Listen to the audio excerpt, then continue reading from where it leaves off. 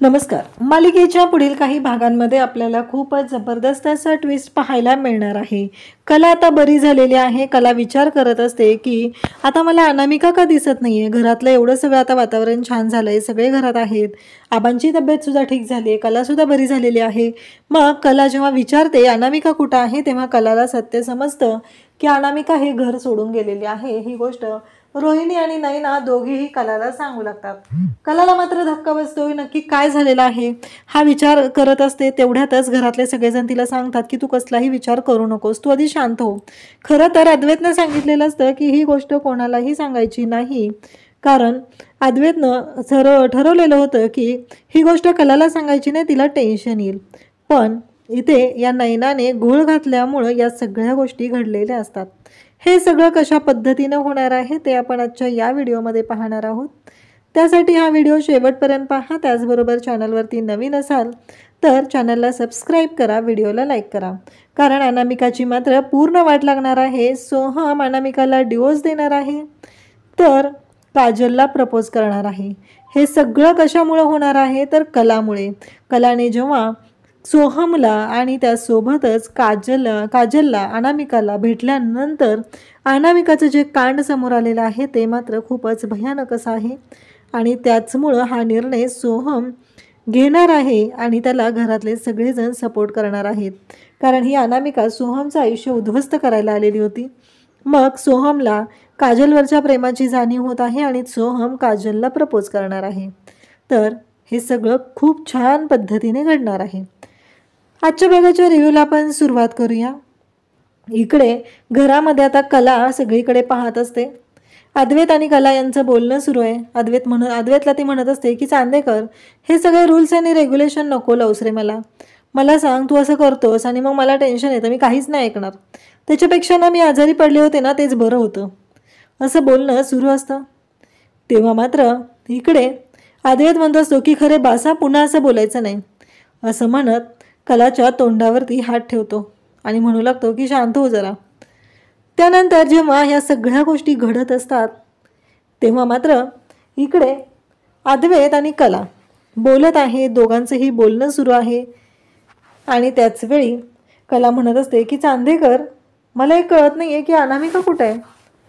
कला खाली येते आणि शोधाशोध करू लागते की अनामिका कुठे गेली असेल, अनामिका ठीक तर असेल ना. या सगळ्या गोष्टींचा विचार तिचा चाललेला असतो.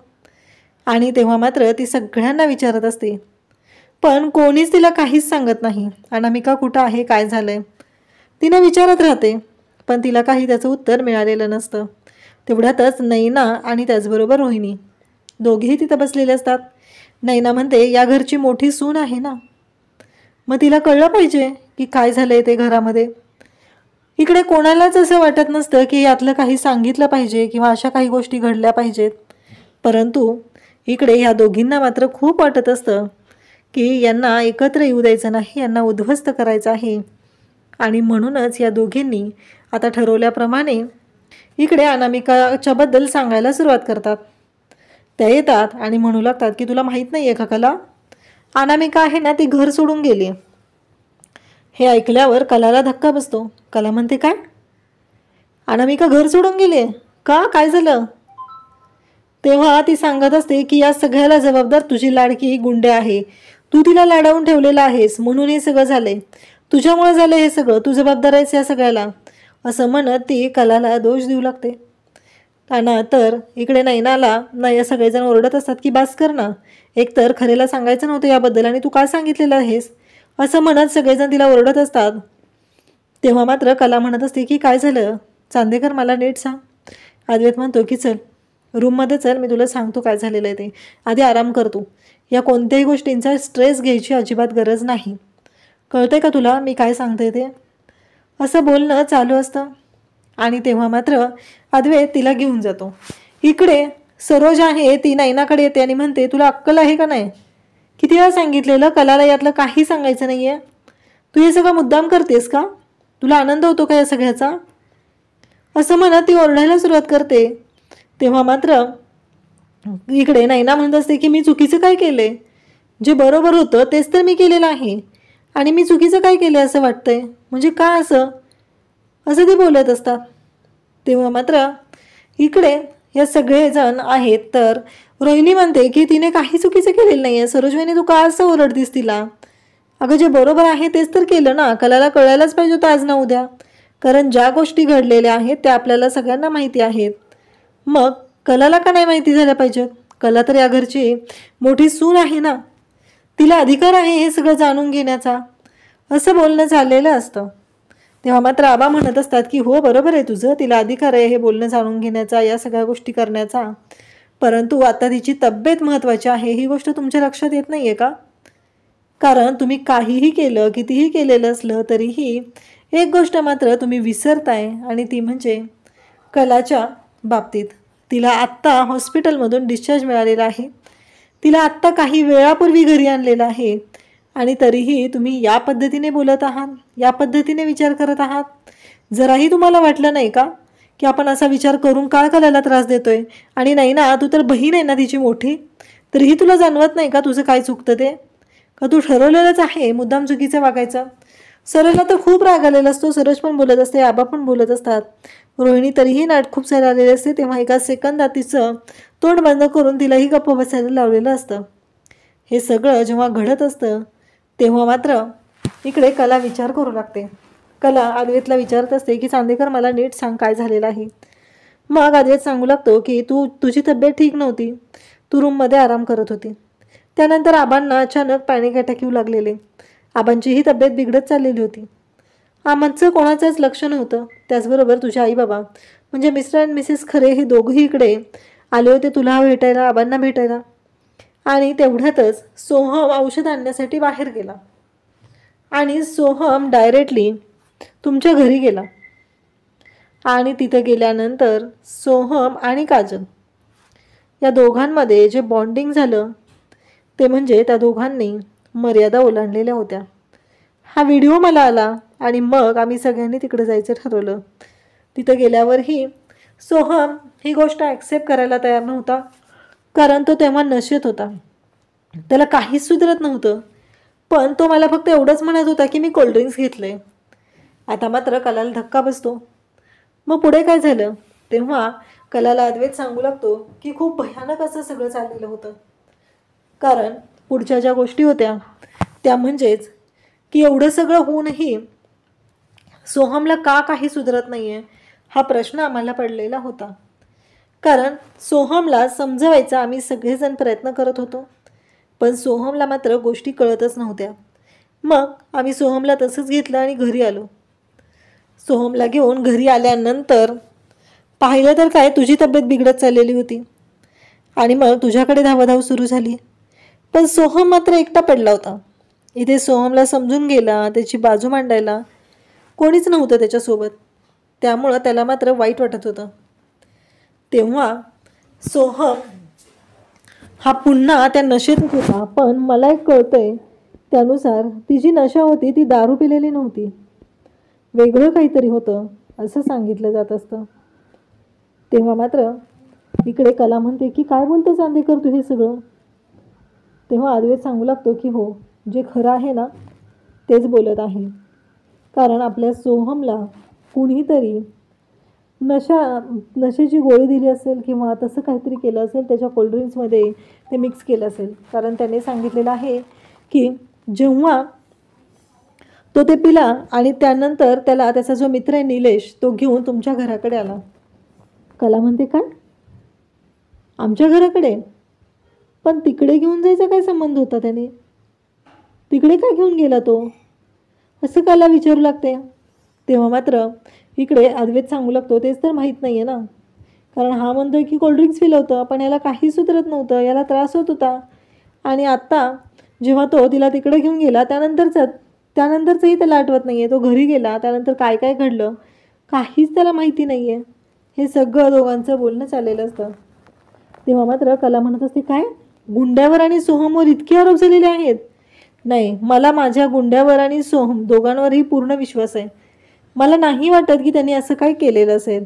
कला म्हणते की चांदेकर आपल्याला शोध घेतला पाहिजे. तुला काय वाटतंय सांग की आपला सोहम असा आहे का? कारण माझा तर या गोष्टींवरती विश्वास नाही. तेव्हा अद्वैत म्हणतो की जे झालंय ते झालंय, आता काय करणार सांग ना. कारण हे सत्य समोर आलेलं आहे. तेव्हा मात्र इकडे आता अद्वैत आणि कला म्हणत असते की मी विचार करते, मला ना गुंड्याशी आणि सोहमशी दोघांशीही बोलायचं आहे. तेव्हा इकडे अद्वैतला ती सांगत असते. अद्वैत म्हणतो म्हणजे? तेव्हा मात्र कला म्हणत असते, मग कला सोहमशी बोलायला येते आणि त्यानंतर ती म्हणते की मला गुंड्याकडे पण जाऊन आलं पाहिजे, असा विचार आता कलाने केलेला असतो.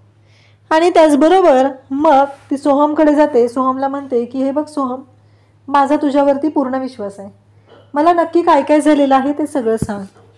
सोहम म्हणतो की कलाबाईंनी खरंच तुझा माझ्यावर विश्वास आहे? कला म्हणते की हो, माझा सोहम तुझ्यावरती पूर्ण विश्वास आहे, मला खात्री आहे तू असं काहीच चुकीचं वागणार नाहीस. पण गेली काही दिवस झालं मी बघते की तुझ्या बाबतीत काहीतरी वेगळं घडतंय. कारण मी ज्या सोहमला पाहिलेला आहे ना, तो सोहम असा नाही आहे. कारण सोहम हा चांदेकरांच्या संस्कारात वाढलेला आहे. त्याच्या बाबतीत असं का होतंय हा प्रश्न मात्र मला पडलेला आहे, असं कला सोहमला विचारत असते. तेव्हा मात्र सोहम म्हणतो की थँक्यू कलाविनी, अगं माझ्यावर कोणीच विश्वास ठेवत नव्हतं, आज तू पहिली आहेस की तू माझ्यावर विश्वास ठेवलाय आणि मला एवढं समजून घेतेस, खरंच मला खूप बरं वाटलं, असं तो बोलत आहे. तेव्हा मात्र कला म्हणत असते की हो सोहम, माझा तुझ्यावर पूर्ण विश्वास आहे, बोल, मला सांग नक्की काय झालेलं आहे. आणि जेव्हापासून तुझं अनामिकासोबत लग्न झालं आहे ना, तेव्हापासूनच्या सगळ्या गोष्टी मला सांग की नक्की काय झालेलं आहे, कशामुळे हे सगळं होतंय, हे सगळं मला कळलं पाहिजे. असं म्हटल्याबरोबर सोहम कलाला सांगू लागतो, कलाबाईंनी तुला माहिती आहे का की अनामिकाबरोबर माझं लग्न झालं, पण त्यानंतर अनामिकाने रंग दाखवायला सुरुवात केली. कला म्हणते काय म्हणजे काय झालं? तेव्हा सोहम सांगू लागतो की तिनं ना पहिल्यांदा खूप छान वागते आणि तुमच्या सगळ्यांच्या समोर ती वेगळं वागते आणि जेव्हा ती माझ्यासोबत असते तेव्हा वेगळं वागते. कला म्हणते असं? तेव्हा तो सांगू लागतो की कलाविनी आठवते का तुला, ती प्रत्येक वेळेस ना आरोप करते, म्हणजे आमच्या नवरा बायकोमध्ये काय झालं त्याच्यामध्ये तिला घरातल्या सगळ्यांना इन्व्हॉल्व करायचं असतं आणि घरातल्या सगळ्यांना दाखवून द्यायचं असतं की मी चुकीचं आहे. अगं माझी आई, माझी काकी सगळे माझ्यावरती विश्वास ठेवत होते, पण आता माझ्यावर कोणीच विश्वास ठेवत नाही. सगळ्यांना असं वाटतं की सोहम चुकीचं आहे. पण मला सांग, त्यांच्या डोक्यात एकदा तरी येतं का की त्यांचा सोहम का चुकीचा वागेल? त्यांना का असं वाटत नाही आहे की त्यांचा सोहम जे वागतोय ते बरोबर आहे? सोहम त्यांचा चुकीचा नाही वागणार, याला फक्त कारण आहे, ती म्हणजे अनामिका. आणि तुला माहिती आहे का, मला एक कळत नाही आहे की जेव्हापासून माझं अनामिकासोबत लग्न झालं आहे ना, तेव्हापासून निलेश मला भेटत असतो आणि आमच्यातल्या बऱ्यापैकी गोष्टी निलेशला कळलेल्या असतात. कला म्हणते निलेश कोण आहे? तेव्हा तो सांगू लागतो की माझा कॉलेजमधला मित्र. तेव्हा कला म्हणते अनामिकाचा आणि त्याचं? हा, तो तिचा पण मित्र आहे. मग तो काय बोलत असतो हे सगळं कला त्याला विचारते. तो सांगू लागतो आणि मग त्यानेच मला सांगितलं या सगळ्यावरती उपाय म्हणून तू दारू प्यायला सुरुवात कर, म्हणजे तुझं टेन्शन दूर होईल. आणि मग जेव्हा मी दारू पिऊन येतो तेव्हा मला माहीत नसतं मी काय करतो. त्या दिवशी तर तुला माहिती आहे का, तू दिल्लीला गेलेली होती. अगं अद्वैत दादावर मी संशय घेतला, कारण मला अनामिकाने सांगितलं की मला अद्वैत दादामुळं ती ऑफर मिळालेली आहे. अद्वैत दादामुळं मला त्या गोष्टी मिळालेल्या आहेत ज्या मला माझ्या स्वतःच्या कष्टावर नाही मिळालेल्या. मग मला ती प्रत्येक वेळेस म्हणत असते तू घरात बसून राहतो, चांदेकरांचं शेंडफळ, तुला काही काम करायचं नाही आहे, तुला काही कमवायचं नाही आहे, दमडीची तुला अक्कल नाही आहे, असं काही ती मला बोलत राहते आणि माझा इगो दुखावला जातो, मला त्रास होतो या सगळ्या गोष्टींचा, असं तो सांगत असतो. तेव्हा कला म्हणते काय एवढं सगळं झालेलं असतं? कलाला मात्र धक्का बसलेला असतो. कला जेव्हा हे सगळं ऐकत असते तेव्हा म्हणत असते की मला एकदा त्या निलेशच्या बाबतीत सांग, आणि त्यापेक्षाही आत्ता जेव्हा माझी तब्येत ठीक नव्हती त्या दिवशी काय झालं सांग. तेव्हा तो सांगतो की काही नाही, मी आबांची औषधं आणायची होती म्हणून बाहेर गेलो. जेव्हा मी बाहेर गेलो तेव्हा रस्त्यात मला निलेश भेटला आणि निलेश म्हणला चल रे किती दिवसात ना सोहम दिसलायस, म्हणून त्याने मला ना कोल्ड्रिंक्स प्यायला नेलं आणि मी कोल्ड्रिंक्स प्यायला तिथं गेलो. त्याच्यानंतर सगळा गोंधळ झाला आहे, नक्की काय झालं आहे मला आठवत नाही आहे, पण त्याने मला काय सांगितलं तुला काजलला भेटायचं होतं ना, म्हणून मला त्याने काजलच्या तिथं सोडलं, म्हणजे तुमच्या घराच्या तिथं सोडलं. परंतु तिथं गेल्यानंतर मी जो काय वेड्यासारखा वागलो आहे ना, त्याच्यामुळे मला स्वतःला माझ्याबद्दल धक्का बसला आहे. मला कळत नाही आहे की मी काय चुकीचं वागलो आणि मी काय केलं. जेव्हा सगळेजण आले तेव्हाही मी डायरेक्ट काजलला मिठी मारलेली होती, हे सगळं तो सांगत असतो. तेव्हा कला म्हणते काय मला सांग, तू नक्की कोल्ड्रिंक्स घेतलेलं? तेव्हा तो सांगतो की हो मी कोल्ड्रिंक्स घेतलं होतं. बरं मला सांग की तो कोल्ड्रिंक्स घेताना कुठे बाहेर वगैरे गेलेला का, तू मागवलं होतं का कोल्ड्रिंक्स, का तुझ्या मित्राने मागवलेलं? तेव्हा मात्र तो सांगू लागतो की त्याने मागवलं होतं. आणि मग तोच स्वतः घेऊन आलेला. तिथे त्या कॅफेमध्ये सेल्फ सर्व्हिस होती ना, त्याच्यामुळं तोच घेऊन आला. कला म्हणते असं आहे का, ठीक आहे. मग काजलकडे जाते कला, तिला विचारू लागते की काय झालं नक्की. आणि तेव्हा मात्र खूप मोठा धक्का कलाला बसलेला असतो. ती सांगत असते की अगं सोहम जेव्हा आला होता ना कलाताई, तेव्हा तो नशेत होता आणि तो मला म्हणायला लागला की काजल मला खरंच खूप गरज आहे तुझी, मला ना खूप त्रास होतोय, मला कोणी समजून घेत नाही आहे, हे सगळं तो माझ्याशी बोलत होता. कला म्हणते हे सगळं एवढं झालेलं आहे. तेव्हा काजल सांगू लागते की हो, हे सगळं अशा पद्धतीने झालेलं आहे. हे ऐकल्यावर मात्र धक्का बसलेला असतो. कला म्हणत असते की नाही, आता माझ्या लक्षात आलं आहे. मग ती अद्वैतला बोलावून घेते आणि म्हणते की यामध्ये काहीतरी गोंधळ आहे, आपल्याला चेक करावं लागेल. मग CCTV फुटेज चेक केलं जातं, तेव्हा कळतं की निलेशने आणून मुद्दामून तिथे सोडलेलं असतं आणि आत पाठवलेलं असतं. एवढंच नाही तर दाराच्या बाहेर उभा राहून व्हिडिओ काढणारी एक व्यक्ती आहे आणि ती व्यक्ती म्हणजे दुसरं तिसरं कोणी नाही तर तो निलेश आहे. ही गोष्ट कलाच्या लक्षात आलेली असते. इकडे सोहमने कलाला सांगितलेलं असतं की कलावहिनी, माझं खरंच अनामिकावरती प्रेम नव्हतं. अगं कॉलेजमध्ये असताना ना तिने एकदा मला प्रपोज केलं होतं, मी तिला तेव्हाच नकार दिलेला होता. पण हे सगळं वारंवार काय घडतंय ना ते मला कळत नाही आहे, याच्यामध्ये माझा काहीच दोष नाही आहे असं तो सांगत असतो. तेव्हा कलाच्या लक्षात सगळ्या गोष्टी आलेल्या असतात. कला म्हणत असते की चालेल सोहम, मी तुला याच्यामध्ये कधीच येऊ देणार नाही. इकडे काजलला ती विचारते, काजल तुझ्या मनात काय आहे सोहमबद्दल. तेव्हा काजल सांगू लागते की हो, माझं सोहमवर खूप प्रेम आहे असं काजल सांगते.